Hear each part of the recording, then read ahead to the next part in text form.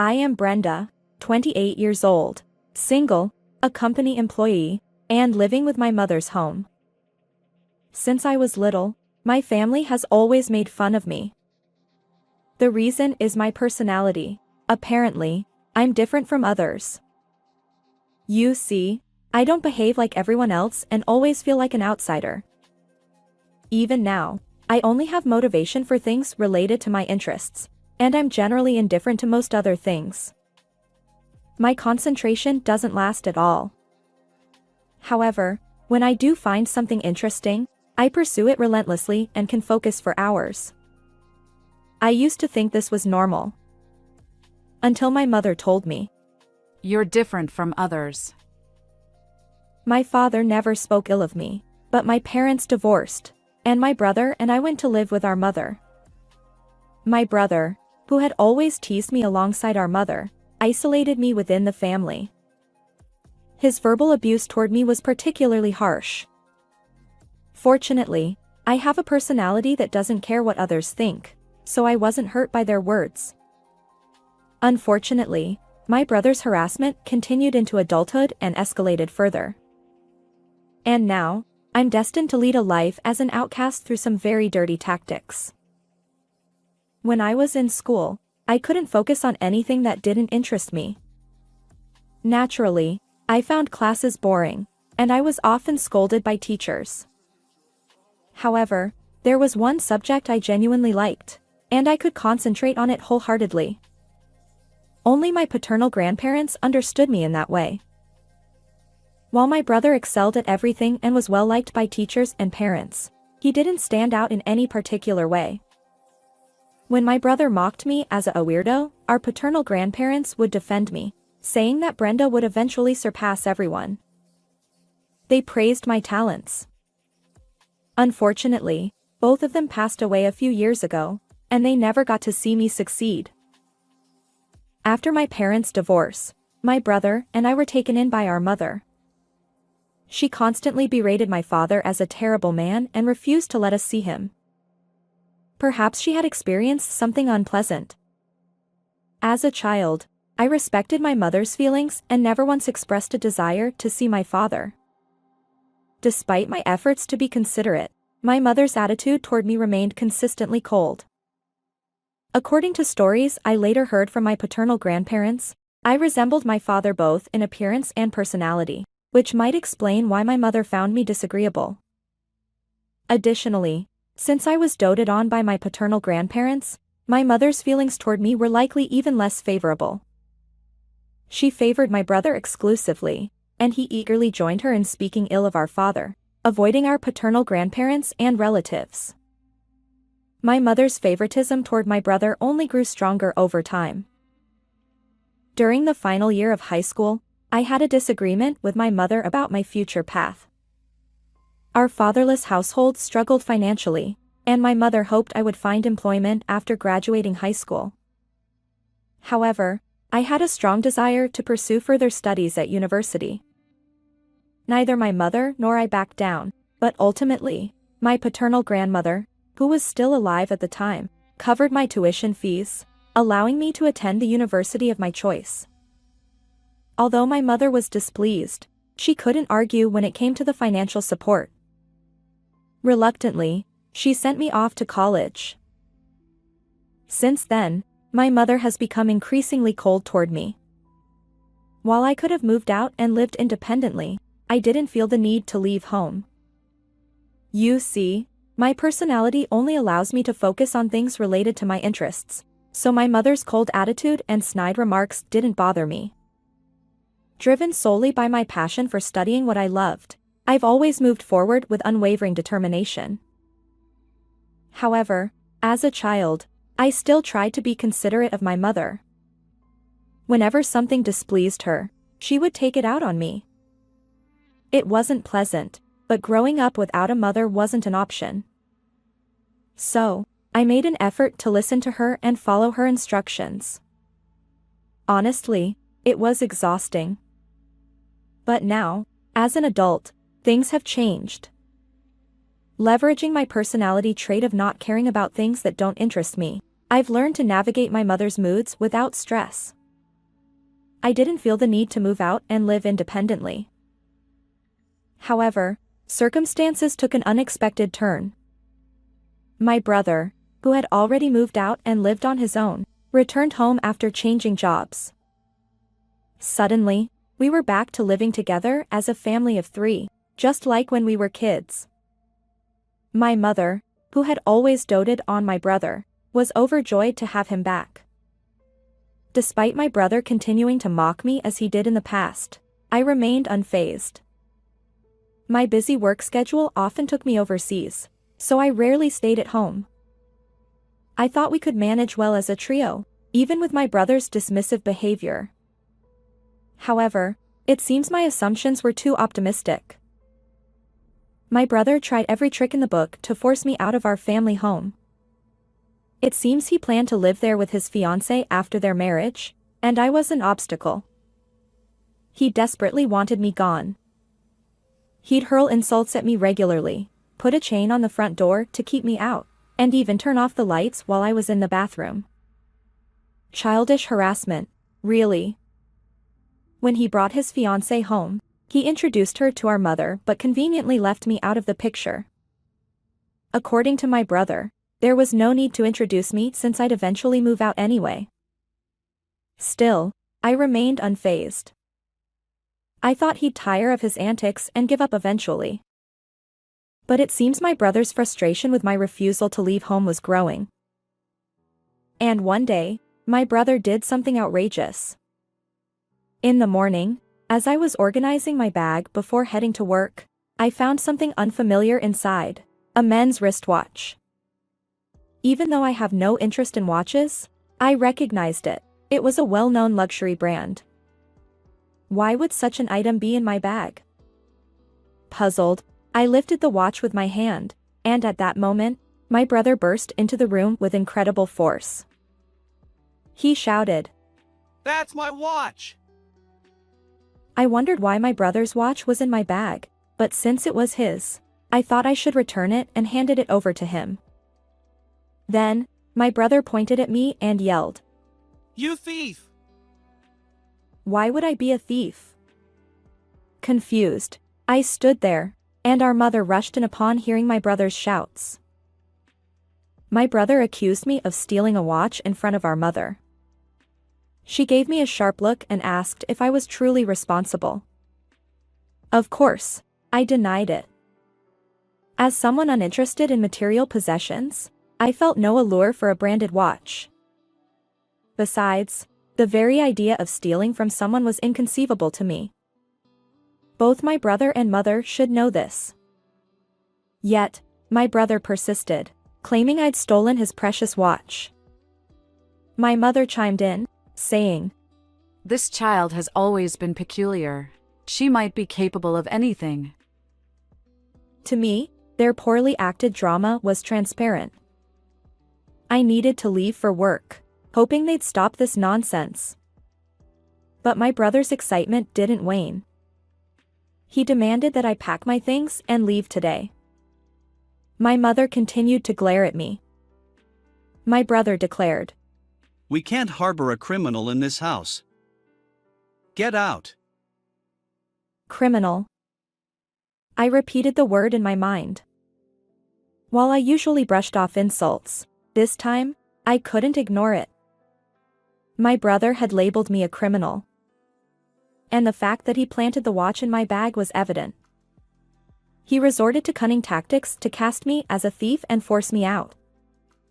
Regardless of the world's forgiveness, I wouldn't forgive him. Now, it's time for retribution.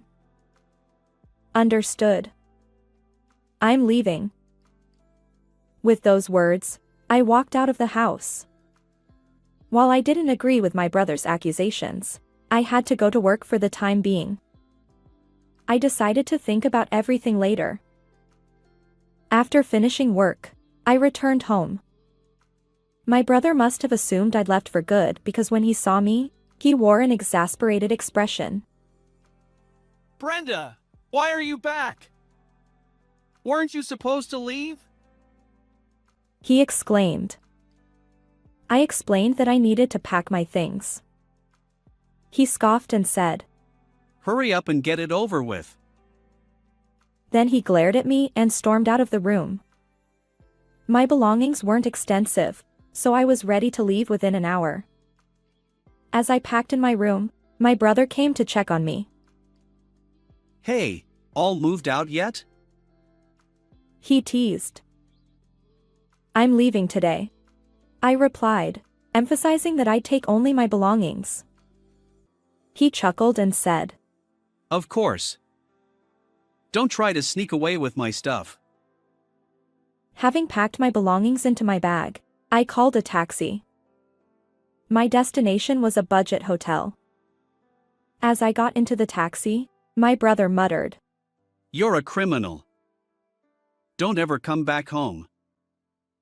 My mother simply said, Goodbye, Brenda.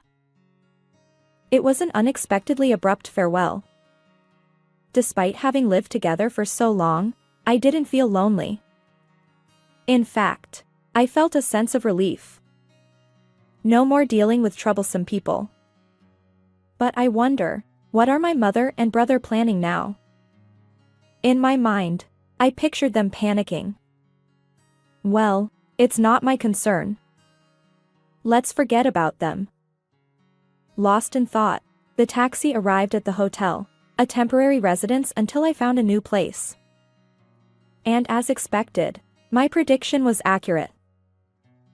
The next day, my brother called me right away. Well, what's going on? I answered. Suddenly, he blurted out. You thief!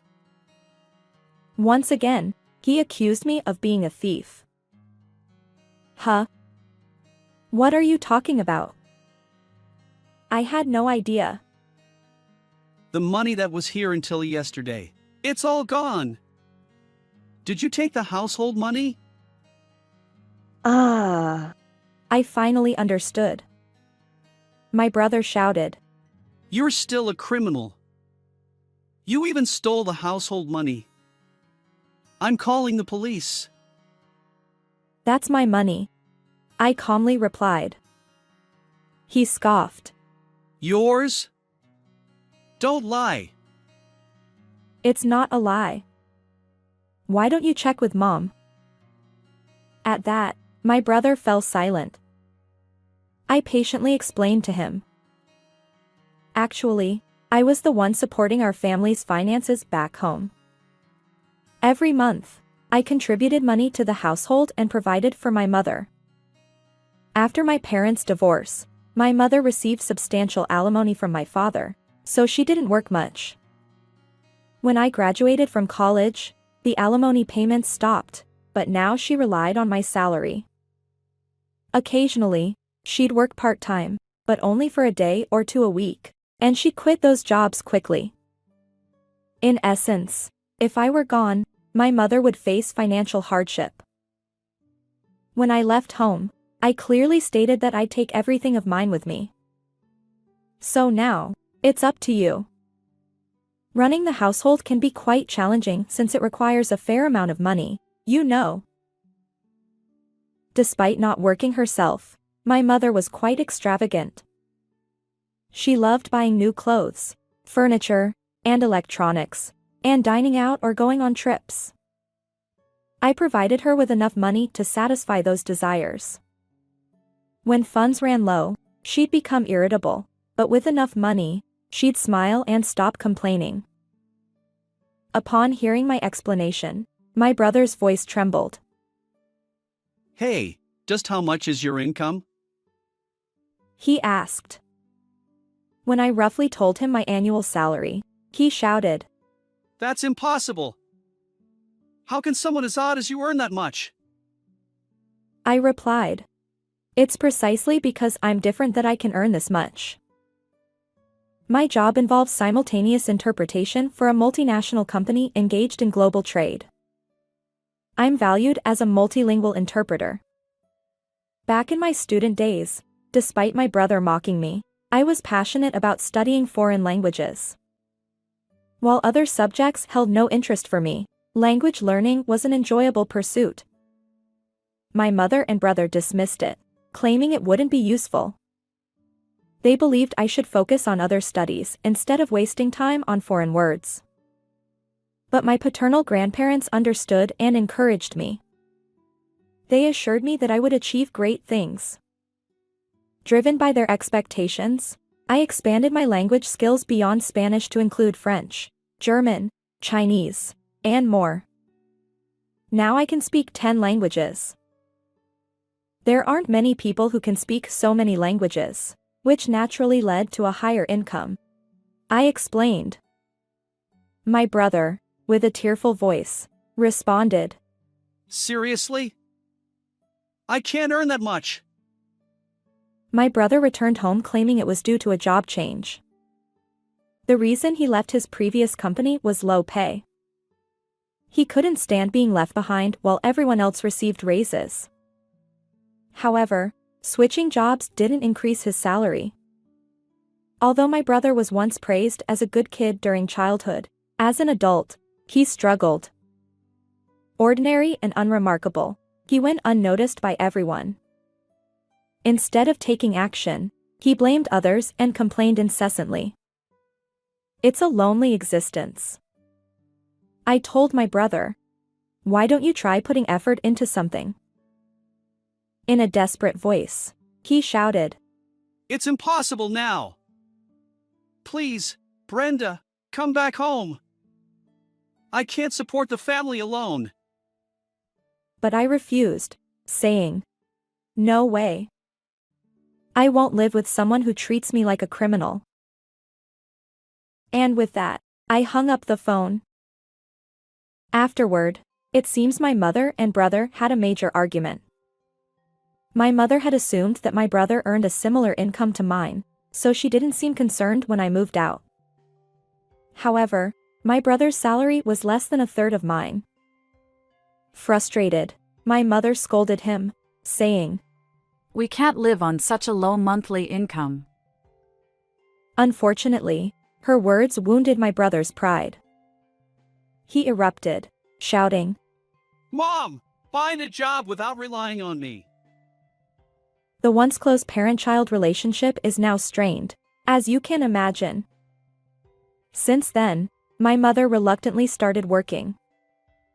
Having relied entirely on me for so long, she struggles with any task, often earning reprimands from her boss. Still, she works to make ends meet. As for my brother, he keeps changing jobs. The company he thought would finally pay well turned out to be an exploitative company, and he fled in a hurry. His engagement also ended in a breakup. Nothing seems to go right, and he's feeling defeated. On the other hand, I found a nice apartment near my workplace and moved out of the hotel. Living without constant snide remarks from others is surprisingly comfortable. My work remains busy, but each day feels fulfilling. I'll keep studying and pursuing my beloved career. How did you find this story? Don't forget to subscribe to the channel. Until next time in the next video.